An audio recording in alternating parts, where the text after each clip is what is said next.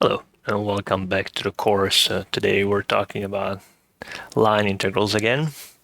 This is the second part of section 3.1. So today we want to look at if we take a line integral and over some path gamma, and if we reparametrize gamma, what happens? So you show that it really does not depend on how we parametrize gamma.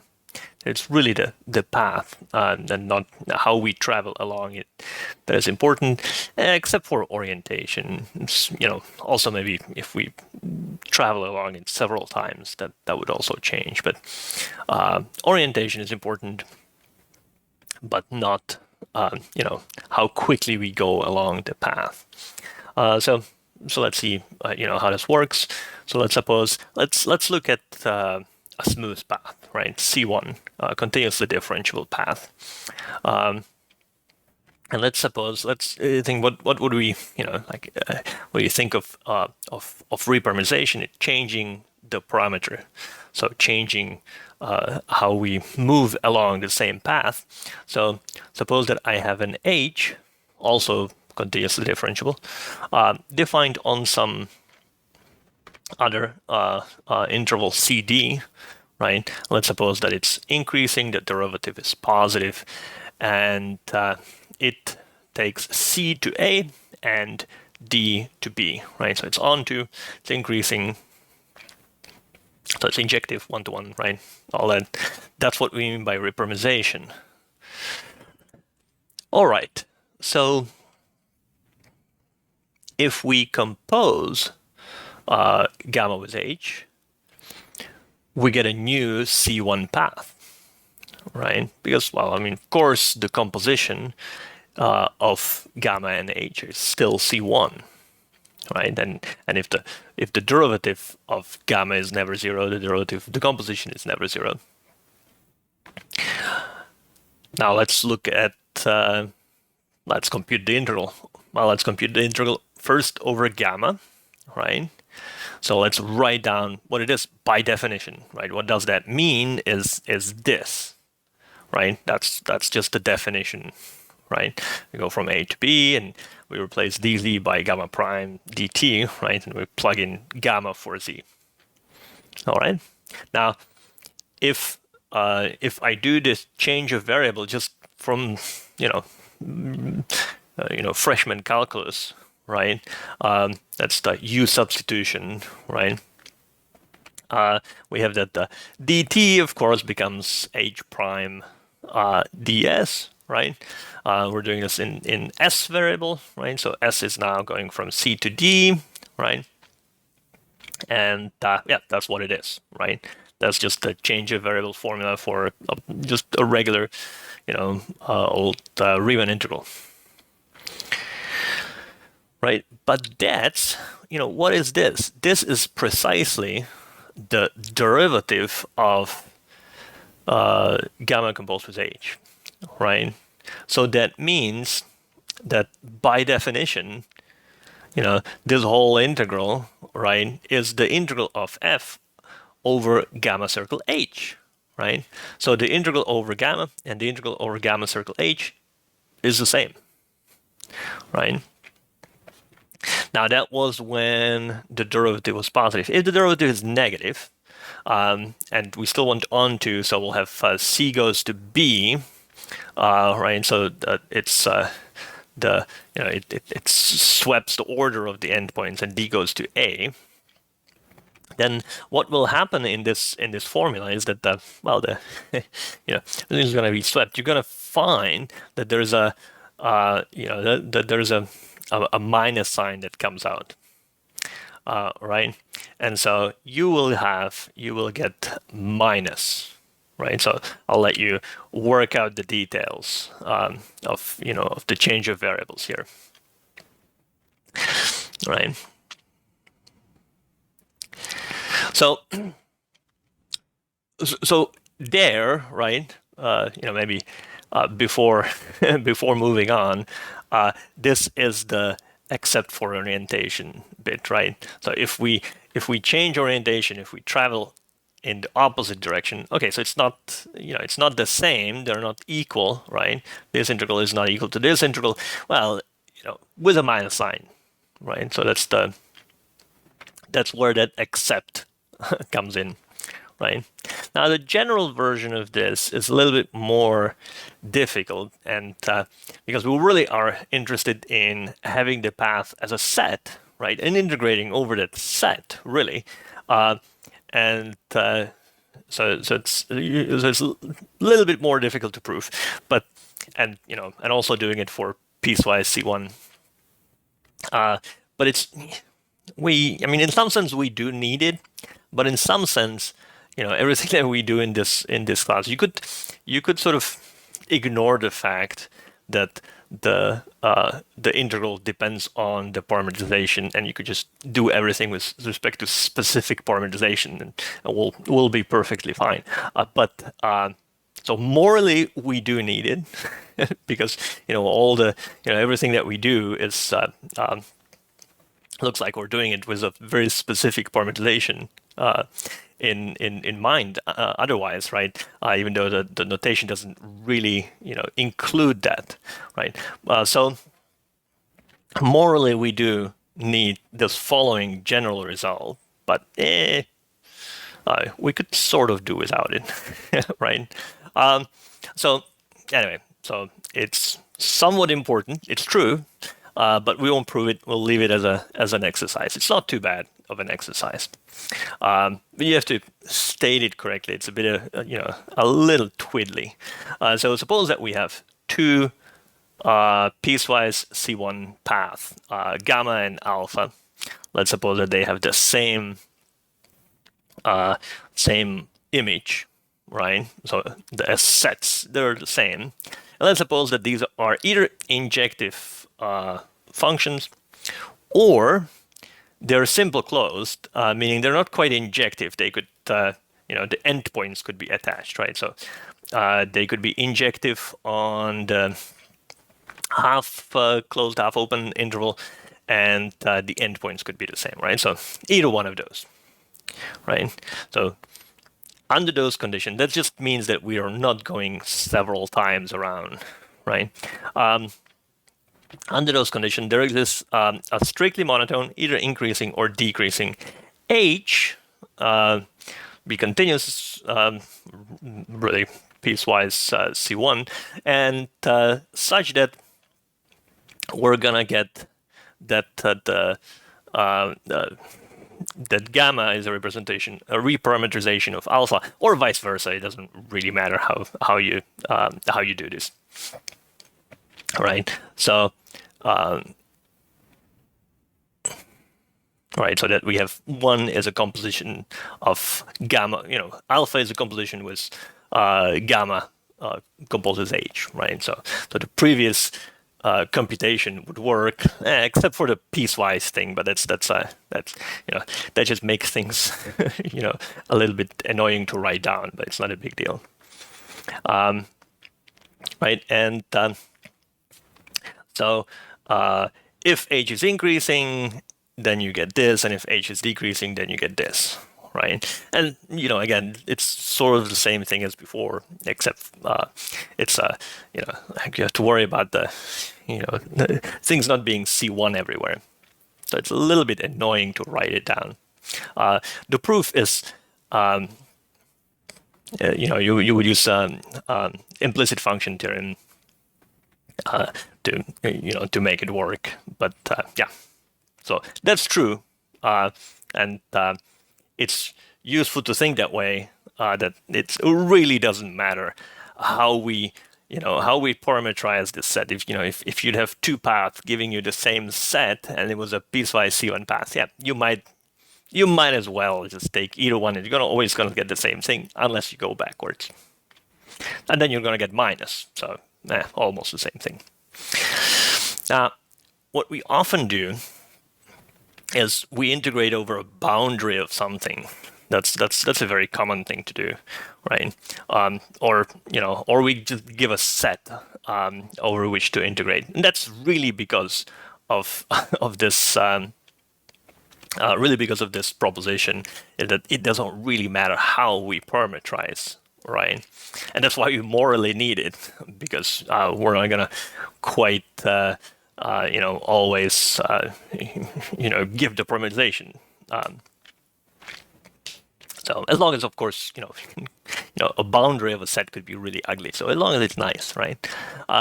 Now, as I said, the orientation matters. So if we're gonna integrate over a boundary of an open set, we want to go counterclockwise. We want to go in a way where the inside is always on your left when you're going along, right? That's the standard orientation. It's just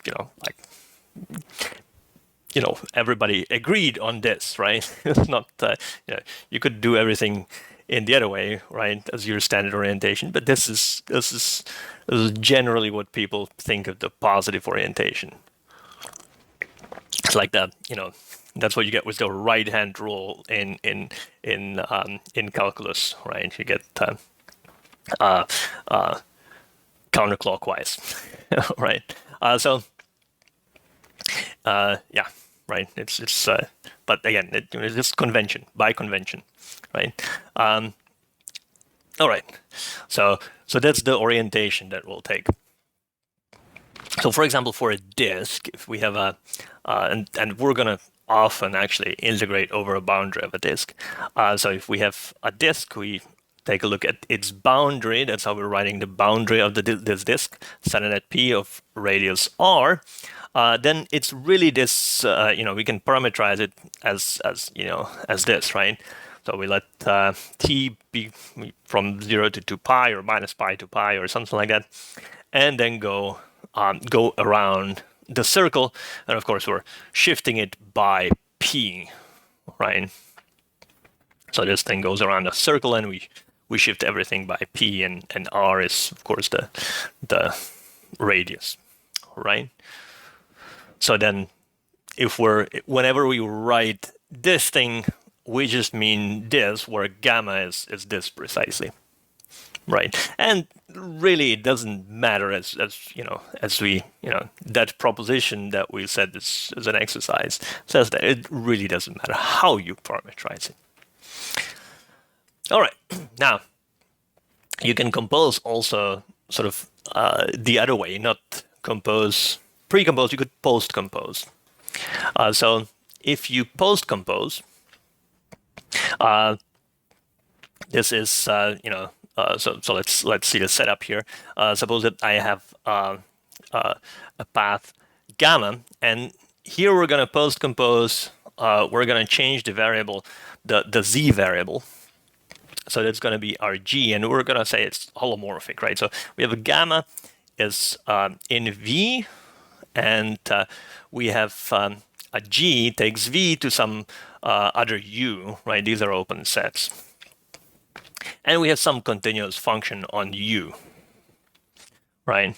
Then the first thing, and that's kind of obvious, then if we compose G with gamma, we get a piecewise even path. Well, yeah, generally. If G has a vanishing derivative, then the derivative of this might, of course, vanish, right? As long as G doesn't have a vanishing derivative on gamma, everything's fine. But if it does, well, then it's not quite what we said is a piecewise even path, because we were assuming that the derivative never vanishes. So, okay, you might get out of this, you might get something where the derivative does vanish. But as we said, as far as the integrals are concerned, it's not a big deal. So we can still integrate.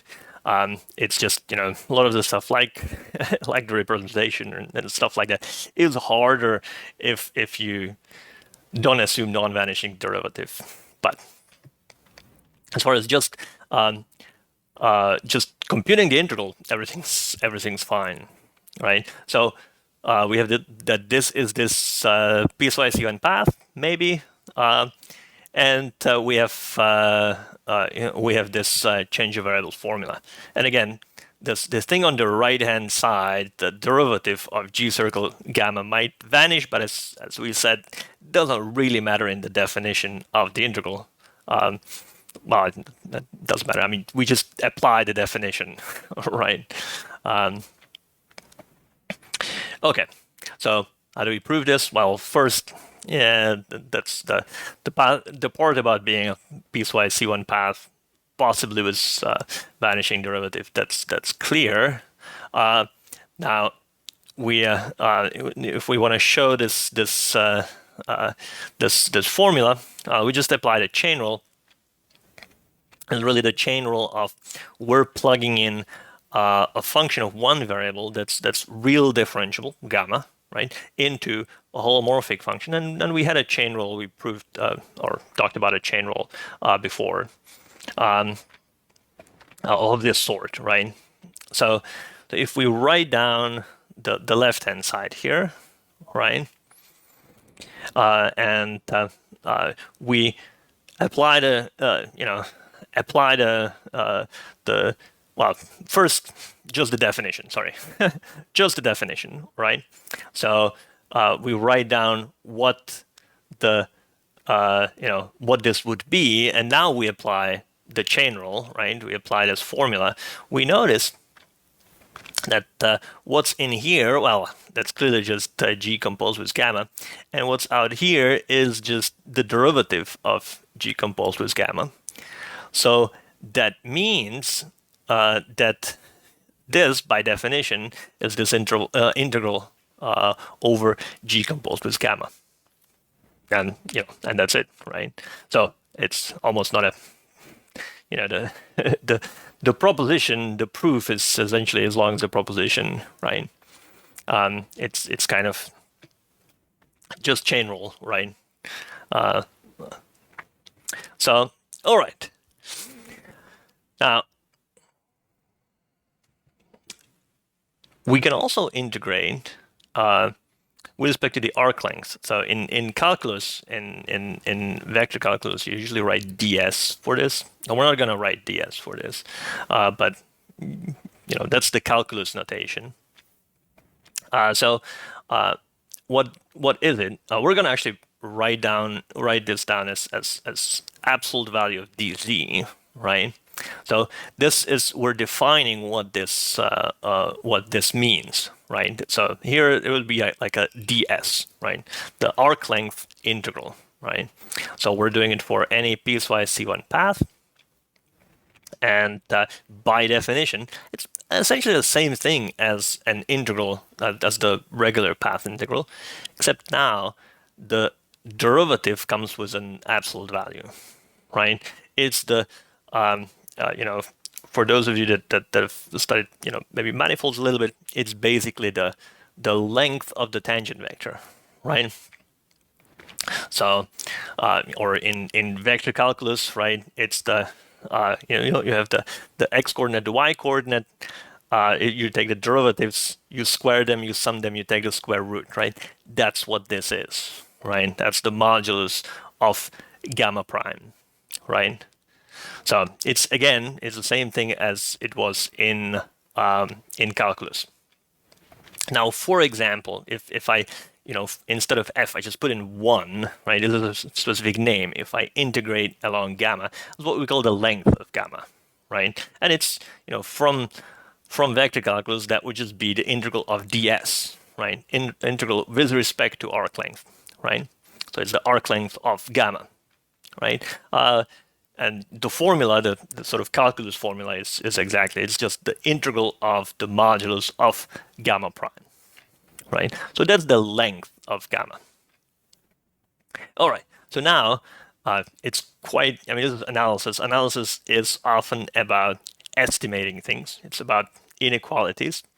So if I have, the most basic inequality is triangle inequality. Triangle inequality, if I have an infinite sum like the integral, right, that's moving the absolute value, the modulus, inside of the integral. So if I have an integral, a path integral over gamma of some continuous function f, and I have modulus around it, I can move that inside to get an estimate. But you have to be careful here, because you only get you cannot put the modulus just on the f. It has to go on the dz, because it's going on the gamma prime as well, right? So this is the this is the triangle inequality, right? Again, for any piecewise C1 gamma and any continuous f, right? So with that, one useful version of it, which is sort of you just apply, you look at the right hand side and you bound this from above. If you know a bound from above on f, right? So you know that f on gamma, you only need it for values on gamma. So for z that are on gamma, and you have a bound on f, then you can just bound from above by m, and of course then you're left with the length of the gamma, right? So if you know a bound on f and the length of gamma, then the modulus of the integral is just bounded by this bound times the length, right? I've heard this referred to as the ML inequality. But yeah, it's just the triangle inequality. So it's this part, well, by and adding this this estimate on f. So what's the proof? Well, so you start on the left. You write down the definition of that, right? Let's take the definition of the integral on gamma. Now you just apply the standard triangle inequality for integrals, just the sort of the, undergraduate real analysis, advanced calculus, whatever version, and you get this integral, right? And that's actually, you're already here, right? You're halfway there, right? So that's the right thing. You also have the ML inequality by just bounding this thing by bounding this guy by m, right? And this is now L, right? So you get both, right? So here, this guy, that's by definition what this is, right? And then I get over here and out here, right? So fairly simple estimate, right? So that's the way to apply the triangle inequality for integrals. Now, one more final remark here is if I have uniform convergence of functions, I can pass those under this integral. That's quite useful. So if I have a sequence of functions, or maybe even a continuous family, and it converges uniformly, then I can path it underneath just by the same result for, you just write down the definition, right? And it's just this Riemann integral. And so I do get that the limit goes inside, and that it doesn't really matter if there's a gamma prime or modulus of gamma prime. On the other hand, if I have uniform convergence of paths, I have gamma n going to gamma uniformly, that's not good enough for either integral. It's so for instance, I could maybe you could even have a uniformly convergent thing just going to a single point, right? And you could have that the length goes to infinity, right? So you could have something that a sequence of paths of length that go to infinity, and they sort of go around smaller and smaller neighborhood of a point. Yeah, of course I can just keep sort of running around a little neighborhood, right? So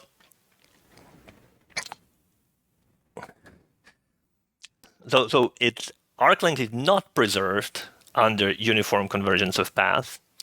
However, if you get uniform convergence of gamma primes, then it's fine, right? Now, it doesn't necessarily need to be uniform convergence. You could use other convergence results like dominated convergence or monotone convergence. I mean, as long as you have, as long as you have a convergence result for the integral that you're using in the definition of these guys, right? That's basically what it is, right?